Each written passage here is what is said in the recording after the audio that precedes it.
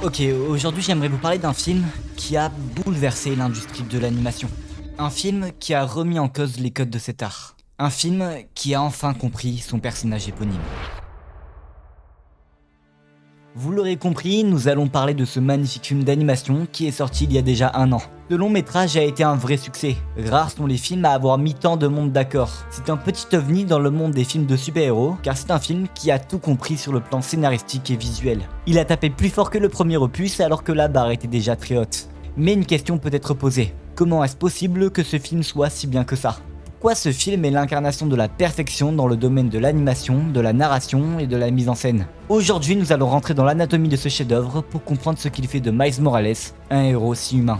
Nous allons aborder chaque détail du film, chaque aspect du long métrage. Donc si tu l'as beaucoup aimé, tu es sur la bonne vidéo, car Across the Spider-Verse est loin d'être une histoire de plus sur Spider-Man. Across the Spider-Verse est en réalité le film Spider-Man ultime. Alors voyez cette vidéo comme une lettre d'amour à ce long métrage, et parlons de Spider-Man Across the Spider-Verse.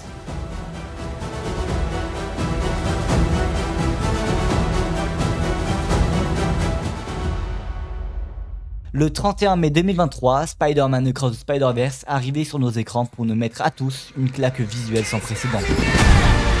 Tu ne pourras pas fuir éternellement! Je refuse de perdre un autre ami.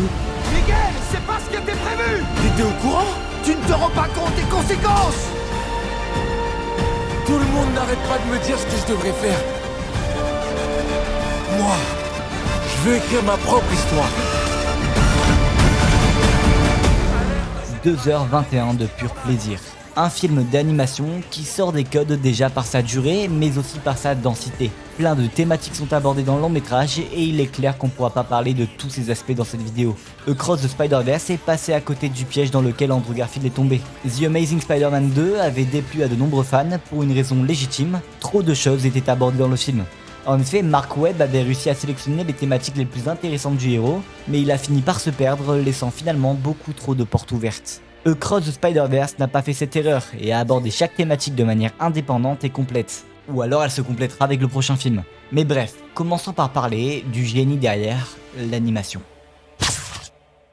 Into the Spider-Verse avait déjà innové avec son style d'animation mélangeant 2D et 3D. Des coups de pinceau rythmés à une technique d'animation solide ont donné la pépite que l'on a eue en 2018. Si ce film avait bluffé pour son animation et sa technique, Across the Spider-Verse a totalement explosé le plafond de verre en n'intégrant pas moins de 6 styles d'animation différents dans la même œuvre. Résultat, un spectacle pour nos yeux. Chaque univers a son identité graphique, ce qui le rend vivant et unique. Un travail monstrueux qui a malheureusement valu d'abuser des articles 2D et 3D, puisque la plupart ont été maltraités professionnellement pour nous livrer cette œuvre. Ce qui est fou avec ce film, c'est que vous pouvez mettre pause à n'importe quel instant du film et vous aurez un magnifique fond d'écran pour votre ordinateur. Non, plus sérieusement, on dit souvent d'un film beau que chaque image est une peinture, et c'est souvent très hyperbolique, mais dans notre cas, ça ne l'est pas du tout. Chaque image est parfaite, chaque détail est présent, chaque coup de crayon est important. Bref, visuellement c'est une claque, mais ça l'est aussi musicalement. Just to save you, I give all of me. Yeah, I can hear you screaming out, calling me. It's Que ce soit la bande originale du film ou les musiques de Metro Boomin, tout est parfait dans ce film. I give my all. Just to save you, I give all of me. I can hear you. Bon, vous l'aurez compris, du point de vue de la technique, le film a clairement mis tout le monde d'accord. Personne ne peut rester indifférent face à l'animation de ce film, même si vous vous en foutez de l'univers. C'est fini les dessins animés Disney de plus en plus réalistes, Across the Spider-Verse a ouvert les portes au style d'animation innovant. Le chapeauté de les Tortues Ninja, Arcane et bien d'autres ont vu le jour grâce à Into the Spider-Verse. Car c'est le premier film qui a eu le courage de remettre en cause les nouveaux formats d'animation pour retourner vers quelque chose de plus original et authentique. Alors oui, cet aspect saccadé ne plaît pas à tout le monde, oui, ce style comics et le dynamisme donné au film peut parfois perdre le spectateur car il y a souvent beaucoup de choses à l'écran, mais même si cela ne plaît pas à tout le monde, ces films ont permis d'ouvrir une porte vers une nouvelle façon de créer. Bon, je pense qu'on a fait le tour sur la forme du film. Maintenant, si on rentrait dans le fond.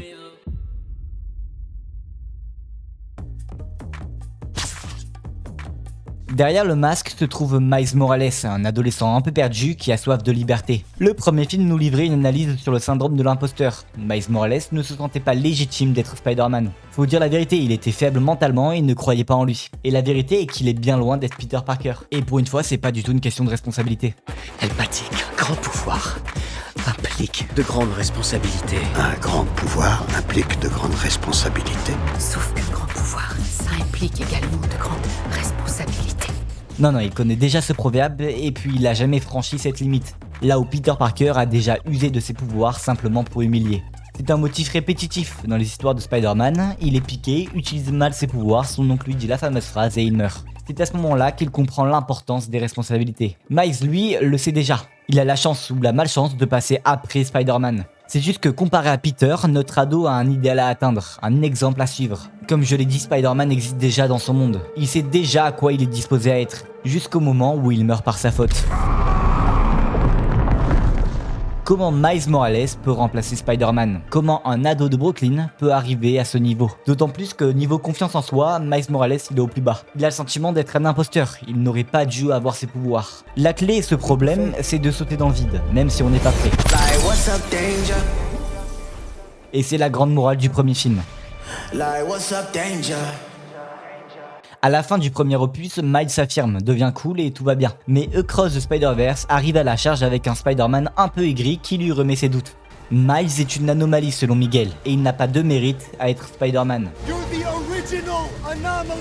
Une réelle crise identitaire frappe donc Miles qui ne sait plus où se mettre. C'est un adolescent qui a envie d'émancipation et de liberté. Mais c'est en même temps un héros rempli de responsabilités. Des responsabilités qui relèvent clairement de l'âge adulte. Mais Miles, lui, il a que 15 ans. Résultat, crise identitaire, Miles ne sait plus qui il est et Spider-Man commence à rentrer dans sa vie privée. Dans un premier temps en faisant des cauchemars et des crises de panique. Dans un second temps en tenant tête à ses parents.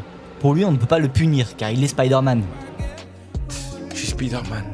On me punit pas, moi. D'autant plus que tous ces aspects, il doit les gérer seul, il ne peut pas en parler à ses parents. Quoi de mieux dans une telle situation de solitude, d'arriver dans un univers rempli de Spider-Man, rempli de gens comme lui. Mais finalement, Miles il va se rendre compte que cet endroit ne veut pas du tout de lui. Il est certainement le Spider-Man le plus perdu. La différence avec le premier film, c'est que notre héros, il s'est affirmé, il croit en lui et il est devenu résilient. C'est donc pour cela qu'il s'obstine à ne pas croire à ce que dit Miguel et à vouloir à tout prix briser les codes.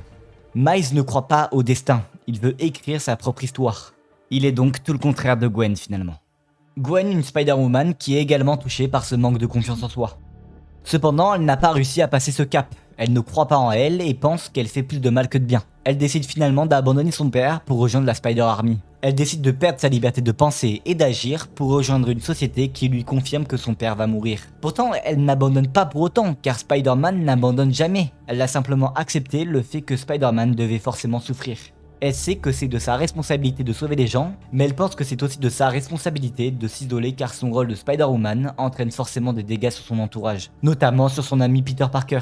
C'est d'ailleurs pour cela qu'elle ne se sent pas prête à être en couple avec Miles. Les deux personnages s'aiment, c'est évident, mais Gwen est persuadée que le destin fera mal tourner leur histoire. On fait face à une romance un peu plus moderne, dans lequel l'un des personnages accepte tout simplement le fait que leur histoire n'est pas possible. Car tragique dans tous les univers. Dans tous les autres univers, Gwen Stacy tombe amoureuse de Spider-Man.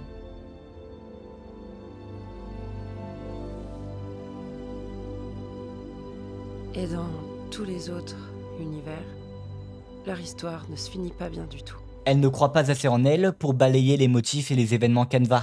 Car finalement, peu importe ce que Spider-Man fait, peu importe s'il gagne ou pas, des gens souffriront quand même. Miles pour le coup, il a envie de briser ces codes qui font d'une histoire une histoire de Spider-Man. Miles il veut écrire son histoire et cela nous fait une très belle transition pour le chapitre suivant.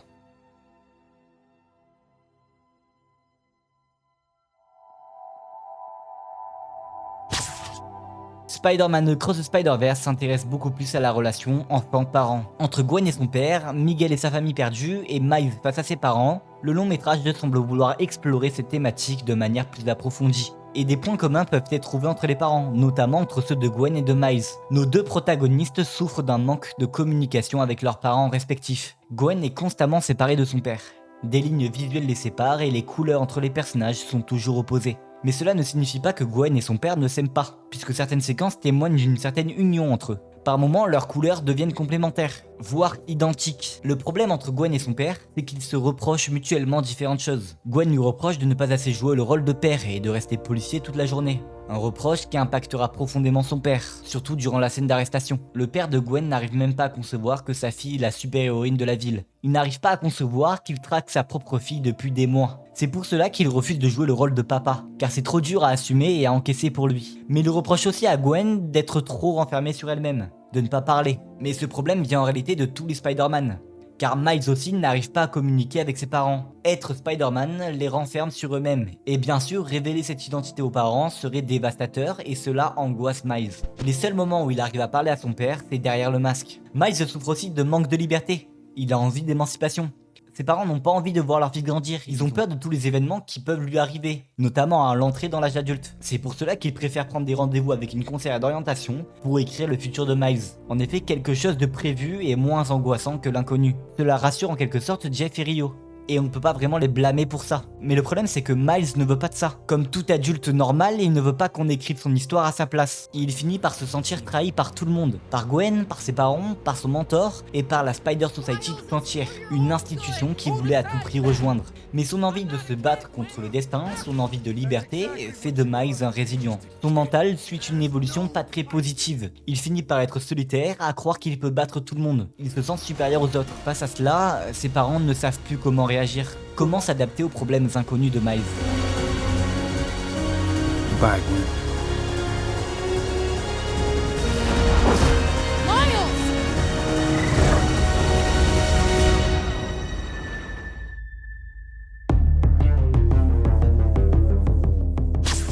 Notre long métrage utilise aussi les motifs très connus des histoires de Spider-Man pour les convertir en prophéties, en événements inéluctables. Ils appellent cela des événements canevas. Ça peut être la mort d'un proche, le symbiote ou d'autres tragédies. Miles apprend par Miguel que son père doit mourir et que cela doit forcément arriver pour protéger son univers.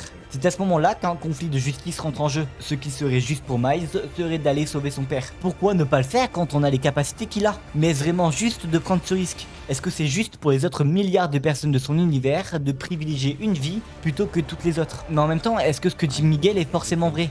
Même si c'est arrivé une fois pour lui, ce n'est pas forcément vrai dans tous les cas. Et puis Miles n'aurait pas dû être Spider-Man, donc il ne devrait pas avoir d'événement canevas logiquement. D'autant plus que dans l'univers 42, le père de Miles est déjà mort, donc l'événement a déjà eu lieu. Bref, tous les personnages sont en quête de la justice idéale. Le problème c'est que d'un côté, on a Miles, la figure positive qui n'abandonne jamais.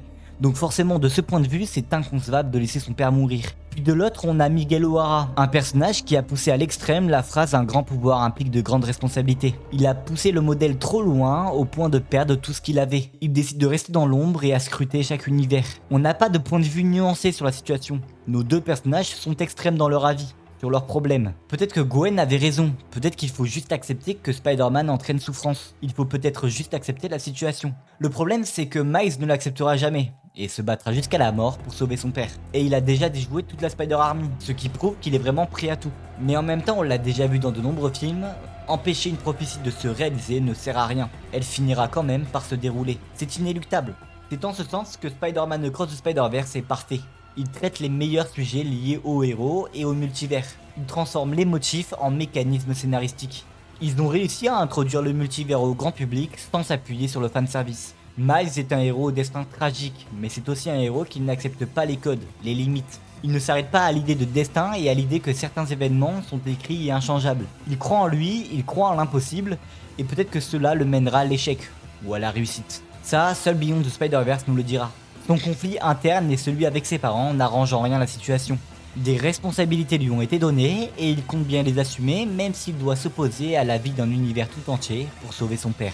C'est un modèle de détermination. Quelle que soit la situation affrontée, quelle que soit la bataille qui fera nos jours, nous avons toujours le choix. Ce sont nos choix qui déterminent qui nous sommes et nous pouvons toujours choisir le bien.